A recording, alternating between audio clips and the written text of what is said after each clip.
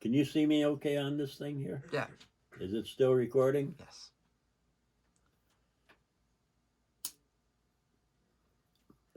Anyway,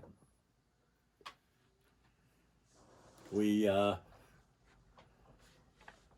made some money, and I went out to Kensington Park one time, and I saw a sign for sale, 5 acres, $2,500, on Hickory Ridge and Buno Road, right on the corner. So I called the guy up, and I said, "Is that right? $2,500 for all that beautiful land there?" He says, "Yeah." I says, "And it backs up into a bird sanctuary?" He said, "Yep." So I bought the land. I had the guy that had a farm close by there come over with a dozer, and he leveled out about 2 or 3 acres of the land. There was some big boulders, and he was pushing the boulders underneath the trees by the woods. I called my brothers and my bookkeeper, and I told them I'm going to have a picnic out there. I loaded up the back end of the car with a bunch of food and all that, and I'm waiting out there for everybody to come for a picnic. The only one that showed up was the bookkeeper. I got so upset. I left there, went home, made a sign, $3,500. First $3,500 gets this 5 acres. Now I already made it beautiful by pushing all the trees down and pushing all the rocks up against the woods in the back. Had a nice corner lot there. 3 or 4 days later, a guy calls me up. He says, "I got your money." Calls me up. He gives me $3,500 for it. And I thought, man, that's the easiest $1,000 I ever made in my life. You know. So, I gave the guy $100 for the dozer stuff out there for a couple hours that he worked. It was, you got to remember, this was back in, this is 50 years ago.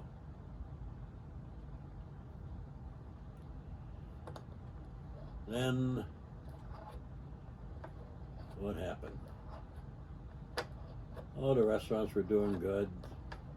I sold the one on Seward and Woodward to a guy. I did some work for his wife, Jim Kapanakis. He owns a restaurant in Memphis, Tennessee, between two hotels, and his picture with a sailor cap, a Greek sailor cap, is on the front of these big columns where you go into his restaurant. There's two big motels, and the restaurant is in between them, and behind him is a hospital that keeps his telephone busy all day long in the hospital, people ordering food. So anyhow, Nikki and I were going for a vacation down south, and I said, "Why don't we stop and see how this guy is doing?" And I had the name of it. I can't remember what it was now. If I remember it later, I'll put it in this video. But I walked in and I said, "I'm looking for Jim Kapanakis." And this young fellow looks at me and says, "What do you want him for?" You know, looked at me like I was a policeman or something. You know. And I says, "Well," I said, "I know him back from Michigan. My name is Gus Papadelis." "You're Gus Papadelis?" He says, "Yeah." "Oh my God." He says, "My father tells me that you sold him a restaurant and taught him how to cook and how to make money." Anyway, he called his wife, or he called his father. His father and mother came, and we spent a couple days there. Good days. And we left. Went to Florida to see if I could find Buzzy, the guy that sold me the house full of furniture and the car for $185. And his place was gone. And I asked some of the people in the neighborhood, and they said that his son had a gas station down at the corner. So I went down to the corner, and I saw Buzzy out there cleaning something with a wire brush. And I says, "How you doing?" He says, "My God," he says, "long time no see." I says, "Yeah, I know." But I says, "What are you doing here?" He says, "This is my son's gas station, and I'm helping him." And I says, "Where's where's your wife?" "Oh, she died." And I said, "Where are the other kids?" He says, he says, "I don't know where they're all at." And I talked with him for a little while. I won't go into the details. I gave him a few bucks, and I left. And I came over here. I made a few more dollars, and I bought a 10-acre farm at Willow Grove, between 18 and 19 Mile, just west of John R. And I had it separated, the house with 1 acre and the 9 acres in the back. And I separated the cost of everything.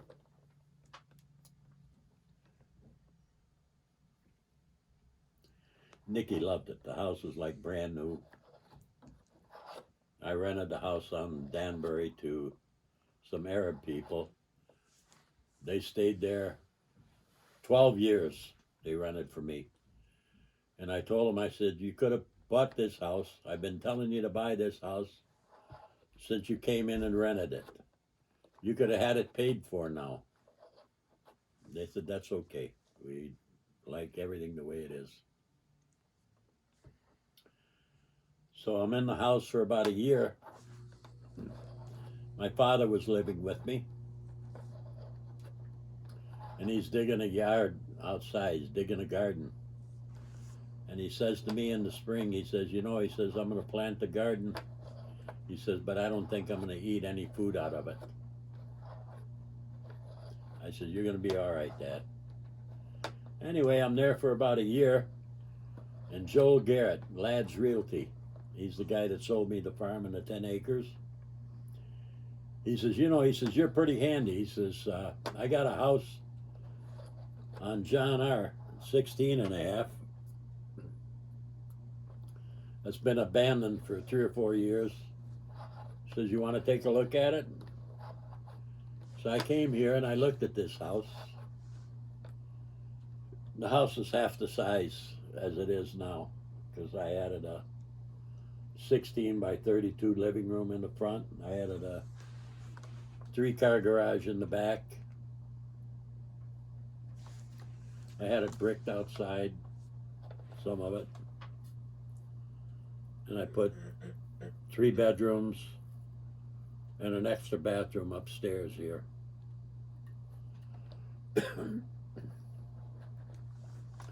And I decided that easiest way to make money, because I had gone to school to study real estate in Detroit School of Real Estate under James Heaney. And I knew about comparables and other things. So I'd go up and down the street, and every time I'd see a little piece of property I thought I could make a dime on, I would buy it. I bought corner Auburn Road where AutoZone and Sherman-Williams Paint is, for $100,000. Sold it for $200,000. I bought a piece down here on John R. for $45,000. Sold it in an hour for $55,000. And a guy that was looking for real estate for me said that there was 2 Indian doctors that had a piece of property, a 5-acre piece on DeQuinder across from Beaumont Hospital, that she had to get rid of. Otherwise she was going to lose another big piece of property she had on the west side. So he asked me if I had $140,000 cash. And I said, I think I do. He says, then we'll make a deal. So I went and I bought it. And that was a joke. Before I bought it, I went to the city of Sterling Heights and I said, you got a piece of property on DeQuinta there across from Beaumont Hospital. There's a bunch of junk cars in it. And it looks like it's unkempt. I'd like to buy it, put some greenhouses in the back. I'm not going to sell anything in front, but I want to grow stuff, and I'll bring it over to my Troy store. Because I'd bought this,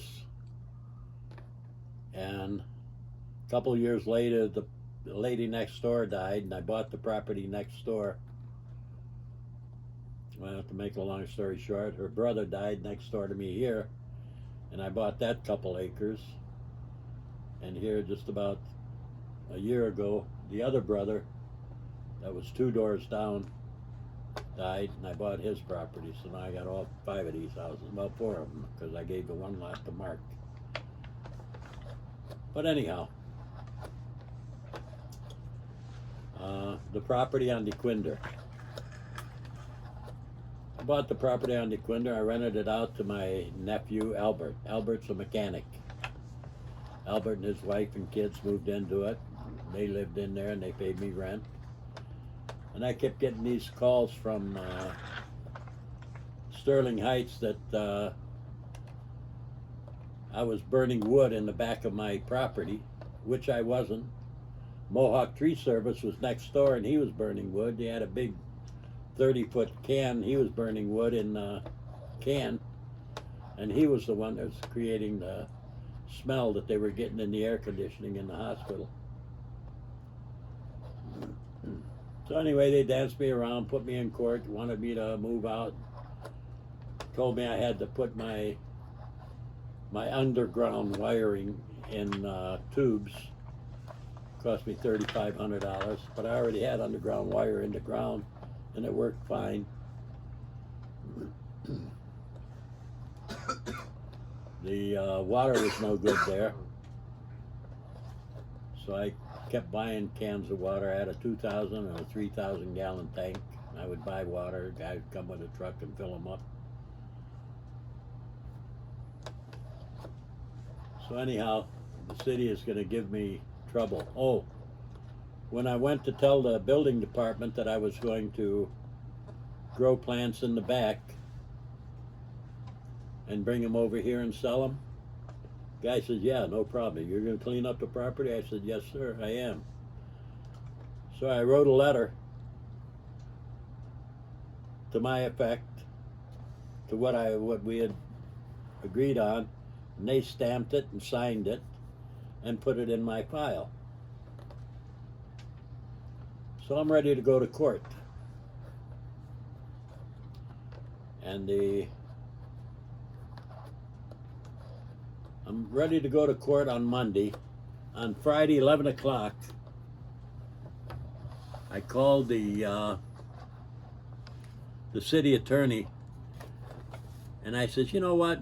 I says, I'm tired of all this stuff. I said, you offered me $1,250 an acre for acreage that I paid $35,000 an acre for, and I don't think it's right. So I want you to go to my file and see if there's anything in my file for that address of any interest to you. This is 11 o'clock Friday. 1 o'clock, 2 hours later, Mr. O'Reilly from Sterling Heights called me back, and he said, Mr. Papadelis, he says, we don't have to go to court Monday. I says, why? He says, we're gonna work something out now. And I said, what is it? He says, well, the city is gonna give you $106,000 for the back 2 acres. I said, that's a long way from $2,500. He says, I know, we're gonna give you $106,000. And what do you want done with the front? And I says, I want high density medical zoning on the front. He says, you got it. Because they were afraid of a lawsuit.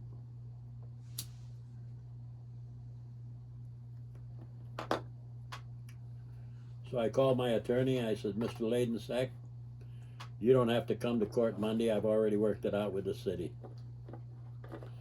He says, well, I'm going to come anyway. I says, you can come, but you can sit out with the rest of the people. You don't have to come up to the judge. So I go over there. City of Sterling Heights, Gus Papadelis. So I get up. O'Reilly gets up. The judge is there. The judge is looking around. He says, where's your attorney? I said, he's sitting down there with the rest of the people. And he says, isn't he going to be here to represent you? I said, I don't need it. Do I? And I said to O'Reilly, the city attorney. He says, no, Your Honor, we don't need the attorney. We've already worked it out. I said, you have something for me? And he hands me a piece of paper, and it's a check for $106,000. And I says, thank you. He says, yes, sir. I said, what about the division of the property? You're going to pay for all that? He said, yes, sir. I says, what about the zoning? He says, what would you like? I said, high density medical zoning. He says, you got it. And the judge is wondering what the heck's going on here, you know. And I says, is all that down on the records now, Your Honor? He says, yes, sir. And I said, well, thank you very much, sir. We're done now? We're done. And I left. I got high density medical zoning. I got $106,000 for the back 2 acres. And I sold the front 2 acres for $675,000.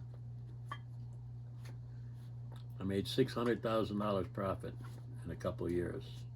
Of course, I had to send Uncle Sam $95,000, $96,000 for income tax, but that's okay.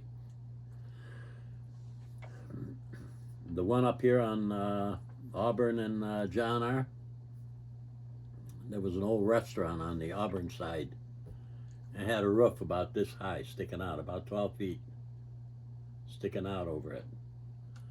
And I went over to the Avon Township, and I said, I need a building permit. And they said, what for? I said, this address here on Auburn Road near John R., I want to remodel the front. I want to cut the roof off and close it up.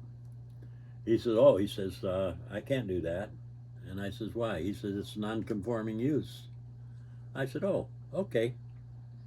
That's all right. I said, then just give me a letter stating that I came here and I wanted to cut that roof off so it wouldn't fall on anybody. I don't want to be liable. I came to do the right thing. He looks at me for a minute and he says, just a minute. Goes in the back, comes back out. He says, I saved you $25. I said, how'd you do that? He says, you're going to be able to do what you want, but I'm giving you a demolition permit. So I cut the roof off. I put a little steel siding on where it cut it off, and I sold it for $100,000 more.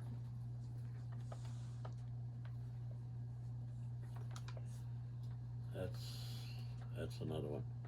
But there's so many of these cities: Royal Oak, Madison Heights, Hazel Park, Warren, Michigan. Had all kinds of stuff with all these cities that you had to go in, and they forgot what the common sense was. I told them at the Warren, Michigan, I want to put Telly's famous Greek salad on the sign. And they said, oh, that's non-conforming. I said, what's non-conforming? They said, you can't change that sign. I said, I'm not changing the sign, I'm just changing the wording. They said, well, you can't do that. He says, you got to be back past the sidewalk. So I went to the building inspector there and I said, why am I getting such a hard time? I said, I come here, I spend my hard-earned money, I try to make a nice restaurant for the people in the neighborhood, and I want to change the wording on the sign, and the guy tells me that I have to take the sign down and I have to move it back 6 feet or something. He says, just a second. So the building inspector looks down, he looks in his drawer, opens up his drawer, he goes through there. He said, what was that before? I said, Travis Hamburger. He says, oh yeah, here it is. Yeah, you were just approved 2 years ago. 65 square foot sign. He says, no problem. Puts it back in there, gives me a piece of paper. I get my building permit and I got my sign. Anyway, that's Warren, Michigan. But is that enough for today? Sure. I've already smoked 3 or 4 cigarettes.